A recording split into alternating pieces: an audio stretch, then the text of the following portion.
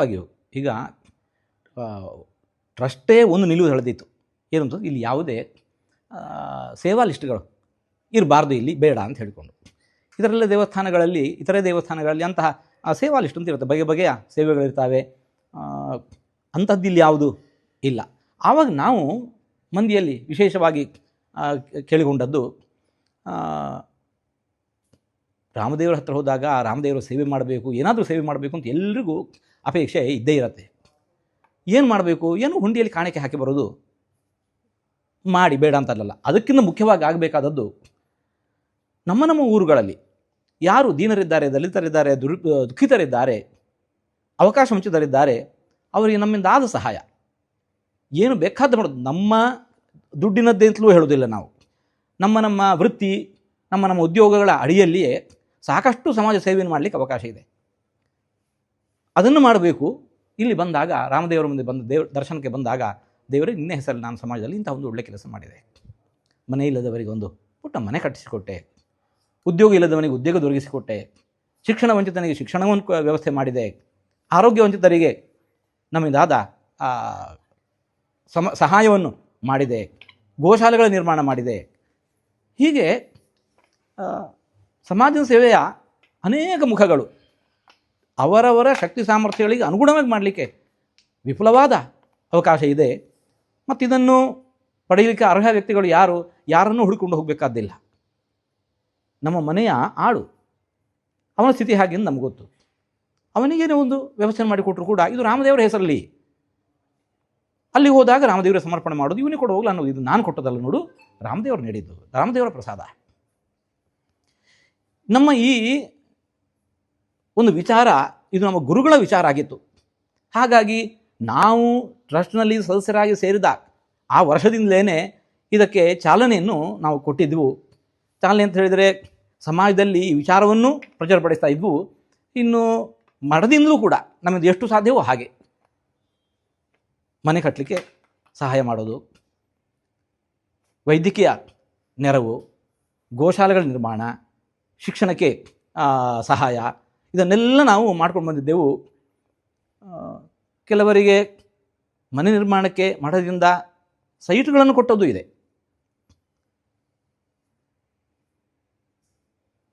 ರಾಮ ಮಂದಿರ ಮಾಡೋದಷ್ಟೇ ನಮ್ಮ ಗುರಿ ಆಗಬಾರದು, ರಾಮ ರಾಜ್ಯದ ಕನಸು ಕೂಡ ನನಸಾಗಬೇಕು. ಹಾಗಾಗಿ ಅದನ್ನು ಹೇಗೆ ಮಾಡೋದು, ಅವರವರ ಊರಲ್ಲಿ ಅವರವರು ಮಾಡಿದರೆ ಸಾಕು. ರಾಮದೇವರು ಗುಡಿಯೊಳಗೆ ಮಾತ್ರ ಇಲ್ಲ, ಎಲ್ಲರ ಹೃದಯದೊಳಗೂ ನೆಲೆಸಿದ್ದಾನೆ. ಪ್ರತಿಯೊಂದು ಗ್ರಾಮವೂ ಕೂಡ ರಾಮನ ಗುಡಿ ಆಗಬೇಕು. ರಾಮದೇವರಿಗೆ ಆವಾಗ ತೃಪ್ತಿ. ರಾಮನದ್ದೇ ಮಾತು, ಜನನಿ ಜನ್ಮಭೂಮಿಶ್ಚ ಸ್ವರ್ಗಾದಪಿ ಗರಿಯಸಿ. ಜನ್ಮಭೂಮಿಯನ್ನು ಸ್ವರ್ಗಕ್ಕಿಂತಲೂ ಮಿಗಿಲು ಮಾಡಬೇಕು ನಾವು.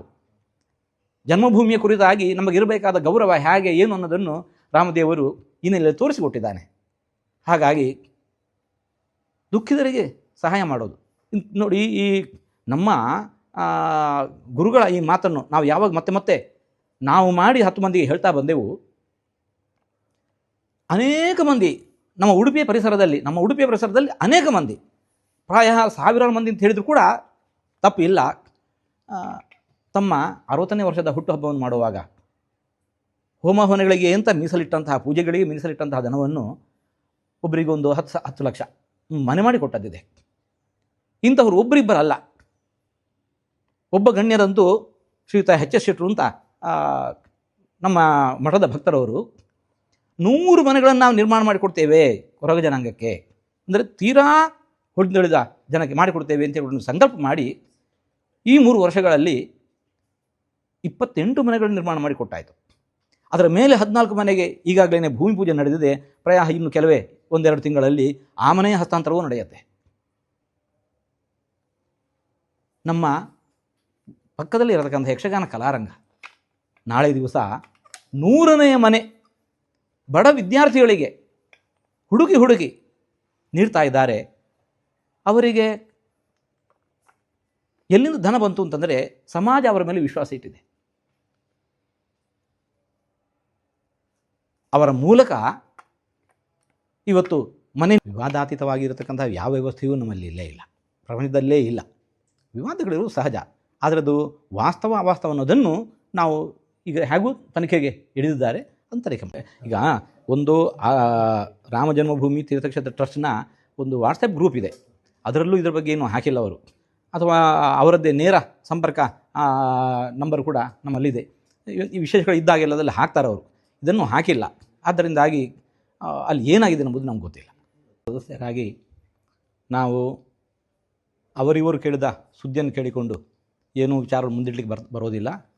ನಾಡಿದ್ದು 11ನೇ ತಾರೀಕು ಟ್ರಸ್ಟ್ನ ಮೀಟಿಂಗ್ ಇದೆ. ನಾವು ಆವಾಗ ಅಲ್ಲಿಗೆ ಹೋಗ್ತಾ ಇದ್ದೇವೆ. ಅಲ್ಲಿ ಏನು ವಿಷಯ ಅನ್ನೋದನ್ನು ತಿಳಿದು ನಿಮ್ಮೆಲ್ಲರ ಮುಂದೆ ಇಡ್ತೇವೆ. ಆವಾಗ ನಮ್ಮ ಇದಕ್ಕೆ ರಾಮ ಜನ್ಮಭೂಮಿ ತೀರ್ಥಕ್ಷೇತ್ರ ಟ್ರಸ್ಟ್ಗೆ ಸಂಬಂಧಪಟ್ಟದ್ದಲ್ಲ. ಅದರಿಂದಾಗಿ ನಾವು ಅದರ ಬಗ್ಗೆ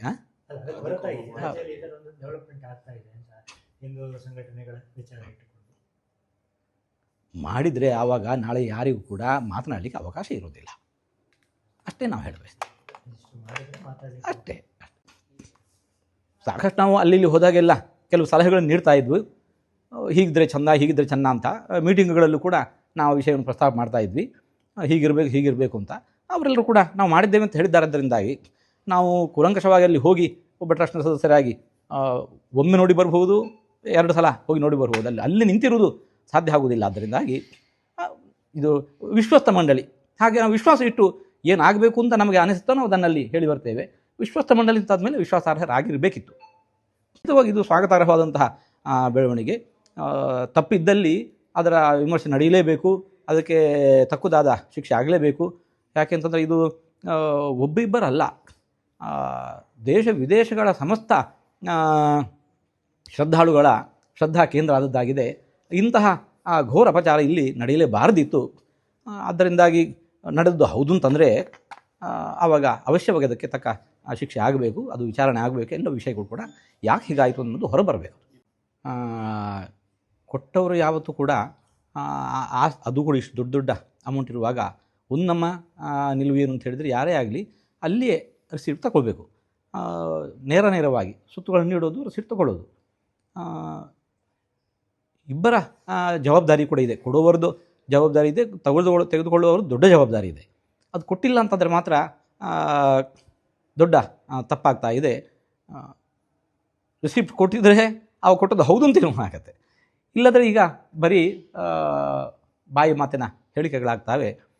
ವಾಸ್ತವವೂ ಇದ್ದಿರಬಹುದು, ಯಾಕಂದರೆ ಅವರಷ್ಟು ಮಂದಿ ಹೇಳ್ತಾ ಇದ್ದಾರೆ ಅಂತಂದರೆ. ಆದರೆ ಇಲ್ಲಿ ಕೂಡ ಇಷ್ಟು ವ್ಯವಸ್ಥೆ ಇದ್ದಾಗ ಕೊಡಲಿಲ್ಲ ಅನ್ನೋದು ಕೂಡ ನಂಬಲಿಕ್ಕೆ ಆಗೋದಿಲ್ಲ. ಅಷ್ಟೇ. ಈಗ ಟ್ರಸ್ಟೇ ಒಂದು ನಿಲುವು ಎಳೆದಿತ್ತು. ಏನು ಅಂತಂದ್ರೆ, ಇಲ್ಲಿ ಯಾವುದೇ ಸೇವಾ ಲಿಸ್ಟ್ಗಳು ಇರಬಾರ್ದು, ಇಲ್ಲಿ ಬೇಡ ಅಂತ ಹೇಳಿಕೊಂಡು. ಇದರಲ್ಲೇ ದೇವಸ್ಥಾನಗಳಲ್ಲಿ, ಇತರೆ ದೇವಸ್ಥಾನಗಳಲ್ಲಿ ಅಂತಹ ಸೇವಾ ಲಿಸ್ಟ್ ಅಂತ ಇರುತ್ತೆ, ಬಗೆ ಬಗೆಯ ಸೇವೆಗಳಿರ್ತವೆ. ಅಂಥದ್ದಿಲ್ಲಿ ಯಾವುದು ಇಲ್ಲ. ಆವಾಗ ನಾವು ಮಂದಿಯಲ್ಲಿ ವಿಶೇಷವಾಗಿ ಕೇಳಿಕೊಂಡದ್ದು, ರಾಮದೇವರ ಹತ್ರ ಹೋದಾಗ ರಾಮದೇವರ ಸೇವೆ ಮಾಡಬೇಕು, ಏನಾದರೂ ಸೇವೆ ಮಾಡಬೇಕು ಅಂತ ಎಲ್ರಿಗೂ ಅಪೇಕ್ಷೆ ಇದ್ದೇ ಇರುತ್ತೆ. ಏನು ಮಾಡಬೇಕು, ಏನು ಹುಂಡಿಯಲ್ಲಿ ಕಾಣಿಕೆ ಹಾಕಿ ಬರೋದು ಮಾಡಿ, ಬೇಡ ಅಂತಲ್ಲ. ಅದಕ್ಕಿಂತ ಮುಖ್ಯವಾಗಿ ಆಗಬೇಕಾದದ್ದು, ನಮ್ಮ ಊರುಗಳಲ್ಲಿ ಯಾರು ದೀನರಿದ್ದಾರೆ, ದಲಿತರಿದ್ದಾರೆ, ದುಃಖಿತರಿದ್ದಾರೆ, ಅವಕಾಶ ವಂಚಿತರಿದ್ದಾರೆ, ಅವರಿಗೆ ನಮ್ಮಿಂದ ಆದ ಸಹಾಯ ಏನು ಬೇಕಾದ ಮಾಡೋದು. ನಮ್ಮ ದುಡ್ಡಿನದ್ದೇ ಅಂತಲೂ ಹೇಳೋದಿಲ್ಲ ನಾವು. ನಮ್ಮ ವೃತ್ತಿ, ನಮ್ಮ ಉದ್ಯೋಗಗಳ ಅಡಿಯಲ್ಲಿಯೇ ಸಾಕಷ್ಟು ಸಮಾಜ ಸೇವೆಯನ್ನು ಮಾಡಲಿಕ್ಕೆ ಅವಕಾಶ ಇದೆ. ಅದನ್ನು ಮಾಡಬೇಕು. ಇಲ್ಲಿ ಬಂದಾಗ, ರಾಮದೇವರ ಮುಂದೆ ದರ್ಶನಕ್ಕೆ ಬಂದಾಗ, ದೇವರಿಗೆ ನಿನ್ನೆ ಹೆಸರಲ್ಲಿ ನಾನು ಸಮಾಜದಲ್ಲಿ ಇಂಥ ಒಂದು ಒಳ್ಳೆ ಕೆಲಸ ಮಾಡಿದೆ, ಮನೆ ಇಲ್ಲದವರಿಗೆ ಒಂದು ಪುಟ್ಟ ಮನೆ ಕಟ್ಟಿಸಿಕೊಟ್ಟೆ, ಉದ್ಯೋಗ ಇಲ್ಲದವನಿಗೆ ಉದ್ಯೋಗ ದೊರಕಿಸಿಕೊಟ್ಟೆ, ಶಿಕ್ಷಣ ವಂಚಿತನಿಗೆ ಶಿಕ್ಷಣವನ್ನು ವ್ಯವಸ್ಥೆ ಮಾಡಿದೆ, ಆರೋಗ್ಯ ವಂಚಿತರಿಗೆ ನಮ್ಮಿಂದಾದ ಸಹಾಯವನ್ನು ಮಾಡಿದೆ, ಗೋಶಾಲೆಗಳ ನಿರ್ಮಾಣ ಮಾಡಿದೆ. ಹೀಗೆ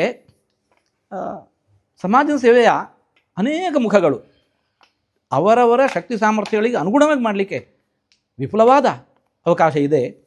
ಮತ್ತು ಇದನ್ನು ಪಡೆಯಲಿಕ್ಕೆ ಅರ್ಹ ವ್ಯಕ್ತಿಗಳು ಯಾರನ್ನೂ ಹುಡುಕೊಂಡು ಹೋಗಬೇಕಾದ್ದಿಲ್ಲ. ನಮ್ಮ ಮನೆಯ ಆಳು, ಅವನ ಸ್ಥಿತಿ ಹಾಗೆ ನಮ್ಗೆ ಗೊತ್ತು. ಅವನಿಗೇನೇ ಒಂದು ವ್ಯವಸ್ಥೆ ಮಾಡಿಕೊಟ್ರು ಕೂಡ ಇದು ರಾಮದೇವರ ಹೆಸರಲ್ಲಿ, ಅಲ್ಲಿ ಹೋದಾಗ ರಾಮದೇವರ ಸಮರ್ಪಣೆ ಮಾಡೋದು, ಇವನಿಗೆ ಕೊಡು ಹೋಗಲ್ಲ ಅನ್ನೋದು. ಇದು ನಾನು ಕೊಟ್ಟದಲ್ಲ ನೋಡು, ರಾಮದೇವರು ನೀಡಿದ್ದು, ರಾಮದೇವರ ಪ್ರಸಾದ. ನಮ್ಮ ಈ ಒಂದು ವಿಚಾರ ಇದು ನಮ್ಮ ಗುರುಗಳ ವಿಚಾರ ಆಗಿತ್ತು. ಹಾಗಾಗಿ ನಾವು ಟ್ರಸ್ಟ್ನಲ್ಲಿ ಸದಸ್ಯರಾಗಿ ಸೇರಿದ ಆ ವರ್ಷದಿಂದಲೇ ಇದಕ್ಕೆ ಚಾಲನೆಯನ್ನು ನಾವು ಕೊಟ್ಟಿದ್ದೆವು. ಚಾಲನೆ ಅಂತ ಹೇಳಿದರೆ ಸಮಾಜದಲ್ಲಿ ಈ ವಿಚಾರವನ್ನು ಪ್ರಚುರಪಡಿಸ್ತಾ ಇದ್ವು. ಇನ್ನು ಮಠದಿಂದಲೂ ಕೂಡ ನಮಗೆ ಎಷ್ಟು ಸಾಧ್ಯವೋ ಹಾಗೆ ಮನೆ ಕಟ್ಟಲಿಕ್ಕೆ ಸಹಾಯ ಮಾಡೋದು, ವೈದ್ಯಕೀಯ ನೆರವು, ಗೋಶಾಲೆಗಳ ನಿರ್ಮಾಣ, ಶಿಕ್ಷಣಕ್ಕೆ ಸಹಾಯ, ಇದನ್ನೆಲ್ಲ ನಾವು ಮಾಡ್ಕೊಂಡು ಬಂದಿದ್ದೆವು. ಕೆಲವರಿಗೆ ಮನೆ ನಿರ್ಮಾಣಕ್ಕೆ ಮಠದಿಂದ ಸೈಟ್ಗಳನ್ನು ಕೊಟ್ಟದ್ದು ಇದೆ.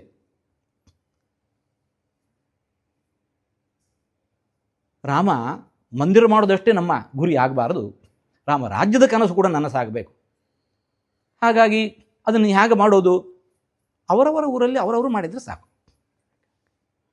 ರಾಮದೇವರು ಗುಡಿಯೊಳಗೆ ಮಾತ್ರ ಇಲ್ಲ, ಎಲ್ಲರ ಹೃದಯದೊಳಗೂ ನೆಲೆಸಿದ್ದಾನೆ.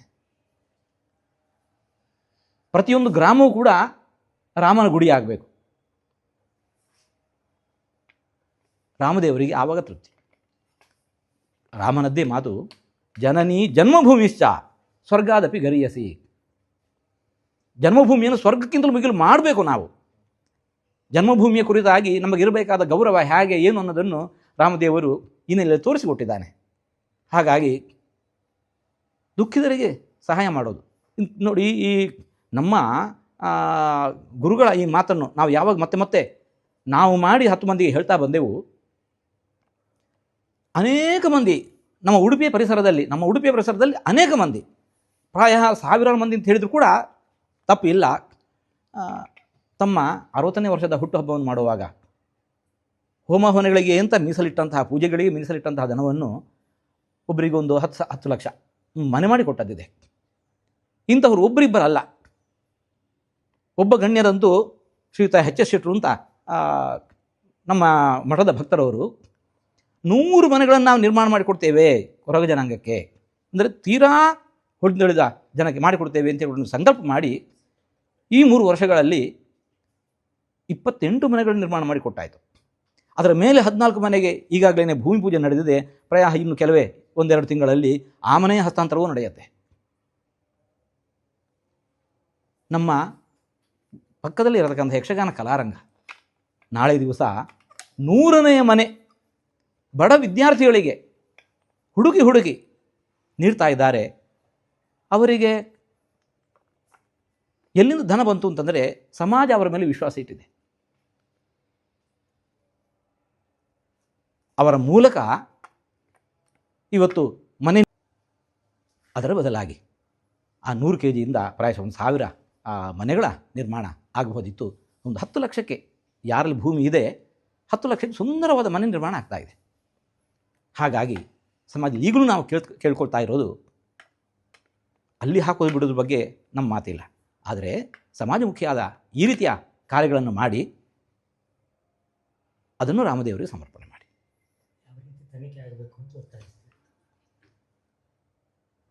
ಸರ್ಕಾರ ಹಾಗೂ ಇದ್ದೇ ಇದೆ, ಈಗಾಗಲೇ ಅದರ ಬಗ್ಗೆ ಕ್ರಮವನ್ನು ತಗೊಂಡಿದೆ. ಸರ್ಕಾರದ ಮೇಲೆ ವಿಶ್ವಾಸ ಇದೆ, ಅದನ್ನು ಚೆನ್ನಾಗಿ ನಡೆಸುತ್ತೆ ಅಂತ ಹೇಳಿಕೊಂಡು ಅದು ಸಾಂಗವಾಗಿ ನೆರವೇರಲಿ ಅಂತ ನಾವು ಆಶಿಸ್ತೇವೆ.